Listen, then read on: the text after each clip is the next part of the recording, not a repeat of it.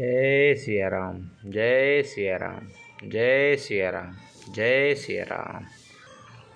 और यदि बन जाने को कहती हूँ तो बड़ी हानि होती है। इस प्रकार के धर्म संकट में पड़कर रानी विशेष रूप से सोच के बस हो गई। फिर बुद्धिमती कौशल्या जी सभी धर्म पातिव्रत धर्म को समझाकर राम तथा भरत दोनों पुत्रों को समान जानकर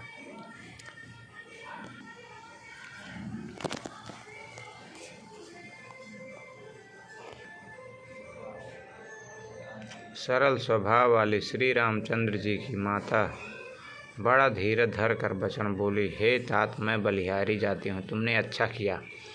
पिताजी की आज्ञा का पालन करना ही सब धर्मों का शिरोमणि धर्म है। राजू देने कहीं दीन बनु मोहि न सो कुछ लेश, तुम बिनु भरत ही भूपति प्रजहि प्रचंड कलेश। राज्य देने को कहकर वन दे दिया, उसका मुझे लेश मात्र भी दुख नहीं है।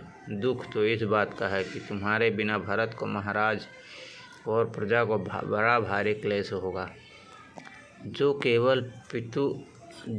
केवल पितुआय सुताता, तो जनि जाहु जानी बड़ी माता। जो पितु मात कहूँ बन जाना, तो कानन सतयवध समाना। हे तात, यदि केवल पिताजी की आज्ञा हो तो माता को पिता से बड़ी जानकर बन जाओ, किंतु यदि माता पिता दोनों ने बन जाने को कहा है तो वन तुम्हारे लिए सैकड़ों अयोध्या के समान है।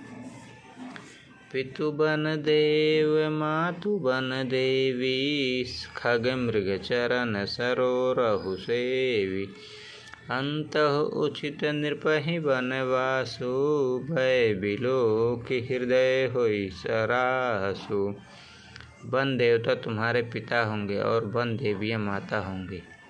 वहाँ के पशु पक्षी उनके चरण कमलों के सेवक होंगे। राजा के लिए अंत में हो तो वनवास करना उचित है ही, केवल तुम्हारी सुकुमार अव्यवस्था देखकर हृदय में दुख होता है।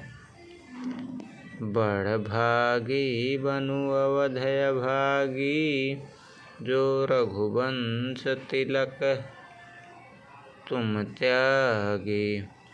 जो सुत कहाँ संग मोहि लेहूँ, तुम उपकार होई संदेहूँ।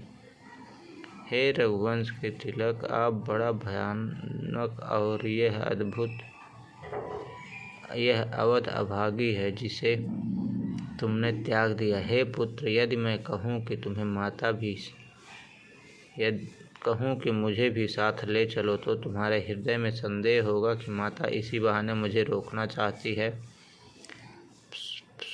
पुत्र परम प्रिय तुम सब ही के, प्राण प्राण के जीवन जी के। ते तुम कहूँ मातु बन जाई, मैं सुनि वचन देखि पछिताऊँ। मैं सुनि वचन बैठी पछिताऊँ। हे पुत्र, तुम सभी के परम प्रिय हो, प्राणों के समान और हृदय के जीवन में वही प्राणाधार। तुम कहते हो कि माता, मैं वन को जाऊं, और मैं तुम्हारे वचनों को सुनकर बैठी पछताती हूँ। जय सिया राम।